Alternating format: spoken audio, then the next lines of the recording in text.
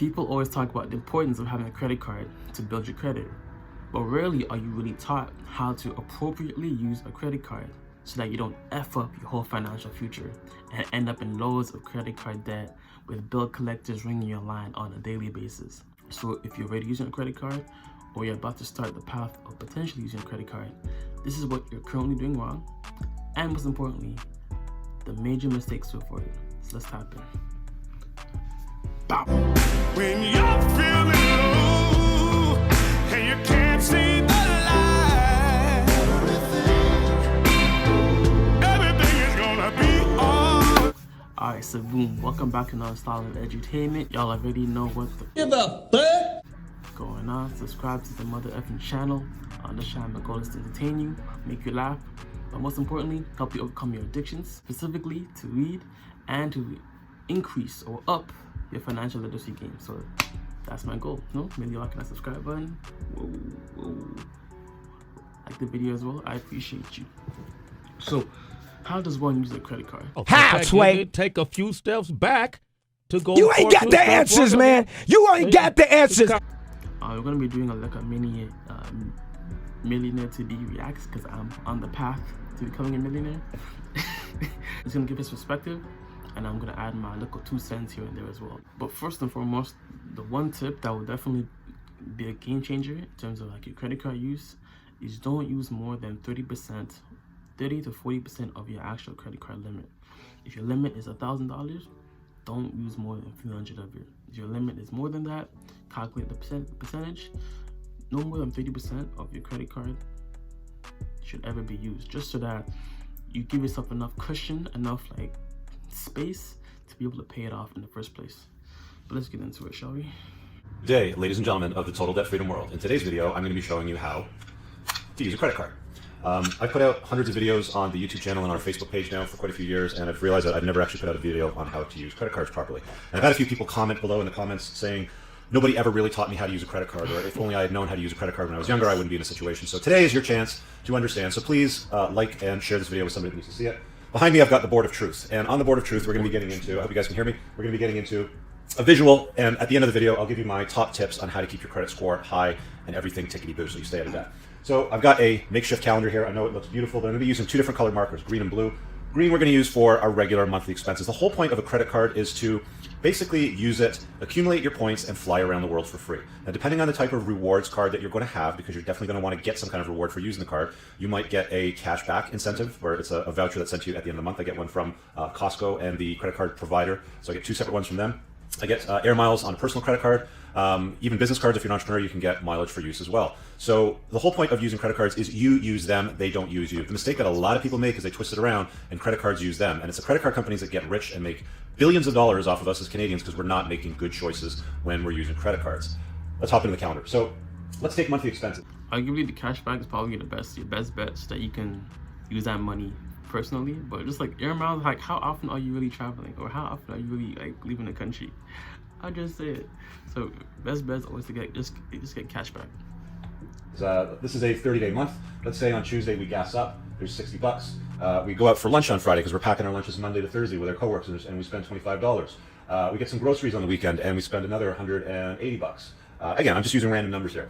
We have to gas up the car again here on Monday, and then we're going to have to, I don't know, pay for parking in the city when we go in to deal with a dentist appointment or something like that. All of these things are regular charges that you're going to incur in your day-to-day life. They're not like extracurriculars. It's what you need to live to carry out your daily function. So some people have argued that you need a credit card to live. You really don't. But if you have to have a credit card, again, you can use it to collect points, and you can use it for your daily expenses so that you can fly around the world for free. Carrying on, another Friday, you decide to go out with your coworkers. You didn't pack lunch. You spent $30. Let's say maybe you went out after work for a couple of beers with some friends and some wings, and you spent another $40 sitting around chit-chatting for a few hours. It's Saturday night. It's date night. You're going to take out the missus. And in all honesty, though, like even if you are someone that does pay your credit card on a monthly or on a regular basis, you do, I've noticed for myself and for my friends a lot, you do end up spending more just in general on the credit card because you don't really like, it doesn't hurt you as much when you pay with credit as opposed to paying in cash or the debit card. So even if you do pay your monthly balance in full, you do have a sense that you spend more when you have the credit card on you compared to debit card. Like let's say you're going out for a date, right? And you only have a certain amount in your bank account. You're gonna find a way to make it work so that you're only spending that amount. But if you have a credit card, you're like, oh, I have this limit. Let me just, I can pay it off later, right? So you're more on the ball with your budget, with your money, when you're not using a credit card all the time. And maybe have dinner and a movie and you spend $90. Come around next week. Hey, maybe you went to the family cottage too and you have to gas up the car twice, or you had to throw in a little extra gas or something. You blow $120 during that period of time. It's winter time. You go night skiing or something like that. You spend $120 because you take the kids out or something. Tubing, let's say. Again, later on this week, you skip the after work beers and wings, but you go out again with your coworkers, another $30. Oh, we ran out of groceries. We got to get groceries again, right? So let's spend another, $220 in groceries over here. And then we carry on through the week and we gas up again for another $60. You have another appointment for something else, another $10 in parking here on that day.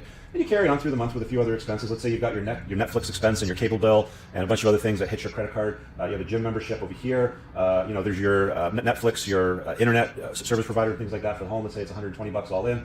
And you gas up another time. And that's your month. Now, these are all things that you're going to need to use. Oh, another pro tip, right, is to, if you're watching this, you probably get paid bi-weekly. Don't wait until like the complete end of the month. Just once you get your payment bi-weekly, put something towards that credit card bill, so that at the end of the month, it's not all just like one lump sum payment. Just so that you're constantly being conscious of it. And in general, get into the habit of checking your bank account on a daily basis. I've had situations where I've spent so much that I didn't even want to check my account. I'm sure y'all can relate with me. But if you're checking it every single day and being conscious of where your money is going, not only will you be able to detect like unauthorized transactions, but you'll have a very good grasp on your money and just in general where it's going. To basically, take care of your regular expenses. It offers conveniences where you don't have to, walk into the gym and pay $25 and just hit your credit card. Yeah.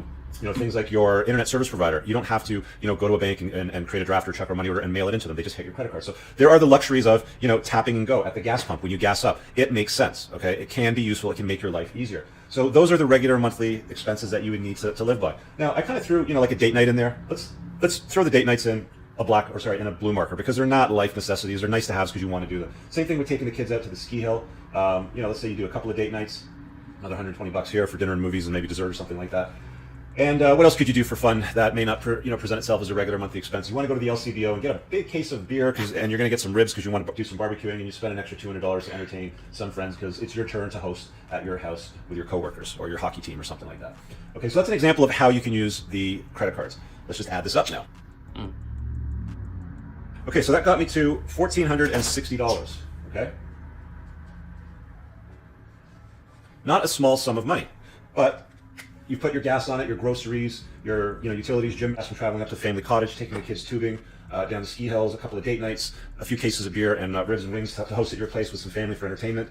You've been to the LCBO and got your stuff and gassed up again. So that's, that might be a regular month for an average Canadian. Now, you might ask yourself, okay, that's great. So how do I use credit cards? Well, your billing statement runs on usually a 30-day cycle with most credit cards. So for me, mine are usually due anywhere between the 24th and the 27th of the month is when they're due. So I'm going to go online when I see my statements due. It's usually around the first week of the month, and I'll create a bill payment online with my online banking. It's fairly straightforward. Once I've created that bill payment, it's automatically going to pay on the date. Now, if I bank with Bank A and my credit card is issued from Bank A, I can pay on the date that it's due.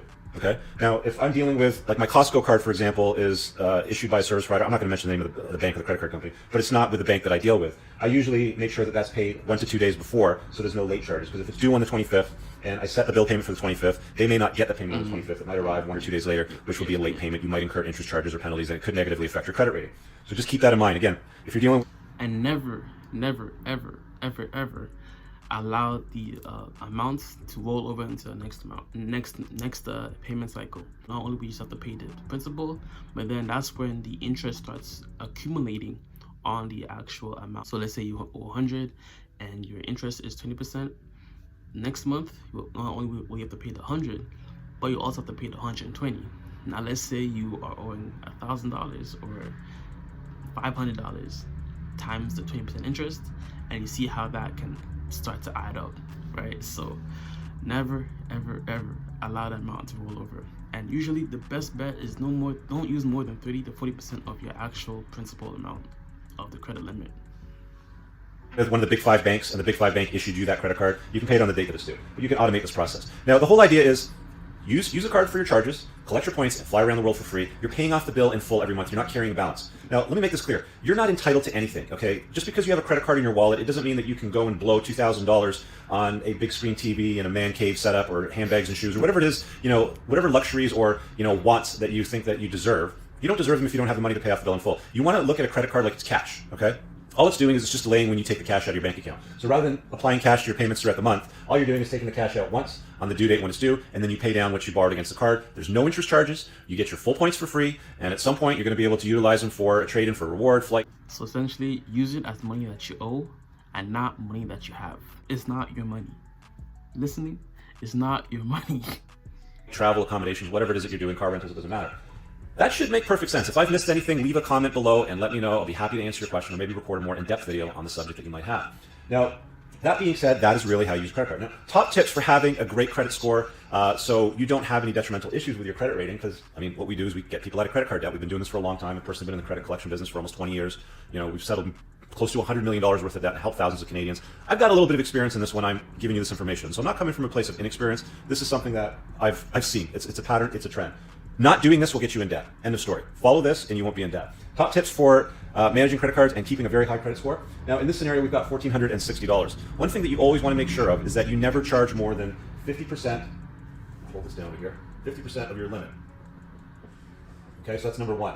The reason why you never charge more than 50% of your limit is because as soon as you go past that threshold, depending on the credit card issuer, and they all have their own algorithms and rules, and I can't, cookie cut one out to let you know this is exactly how it is. But my rule of thumb is if you charge 50% or less of your limit, you'll be fine. Anytime you go beyond 50%, so if I was regularly charging, let's say $1,500 a month on my card, I manage my budget, I'm good with money, I'm not going out of bounds, I'm not spending, $3,000 on man cave nonsense for my own pleasures, and then I have to carry a balance and carry it forward. That's what trashes credit. I'm managing my budget. So if I keep it, let's say around $1,500 a month, I need a card with a limit of $3,000. It's as simple as that. So never charge more than 50% of your limit is top tip number one. Even that one is a bit too high. I say 30% just to be on the safe side, especially if you're a beginner. Number two, I'm going to use an acronym here because I don't have a lot of space and I want to write big so you can see it, is PIF. And what PIF stands for in the credit collection industry is pay in full. When you get your bill and it's due on that date, you pay it in full. You do not carry a balance. If you carry a balance, you're going to be paying anywhere from 19% to 28.8%. And in some cases, it goes up. Credit card companies can unilaterally decide to increase your interest rate if they don't like your payment habits or the fact that you might have or might be carrying greater balances on your credit cards, okay? So never carry a balance. Always PIF, pay in full. Number three. Always pay on time. I talked about this earlier. If your due date is your due date, pay by your due date. Also, the day before. There's no security with credit cards. They don't offer any kind of asset to your well-being. I've done other videos on my channel on Facebook. You can take a look at the playlist of videos that have been uploaded for more information. But those are really the main tips and tricks that you need to. In all honesty, the only thing from my experience that you should really be using your credit card on is the utilities. Some places, they will charge you a fee to use your credit card for utilities. So then in that case, just use a debit card. But if you still want to build it without overusing your credit card, you should pay your phone bill with it. Pay any fixed expense that you will see on a monthly basis. Just put that on your credit card, and you're good to go. But like your daily expenses, honestly, it should be using your debit card and cash, just so that you don't put yourself in a pickle. If you're able to manage your money and manage your spending with a debit card, that's when you know you're really good with money. But just to have a credit card to just put in your daily expenses, you don't really know if you're good with money. If you're really good with your money, you rarely should you have a situation where you have no money, right? And on top of that, on top of everything else, right, have an emergency fund of $1,000 saved up in your bank account, just in case of anything, just so that in case for whatever reason you lose your job, whatever reason you just forgot to pay, you have an extra cushion to just put in towards that credit card bill. But yo, that's the end of the video. Links in the description for all other relevant financial related videos. God bless, much love, peace and joy. Namaste. And always remember, if it doesn't feed you, do not water it. All facts, no cap. Deuces. To last, look out for each other. Everybody's in need. If you can show a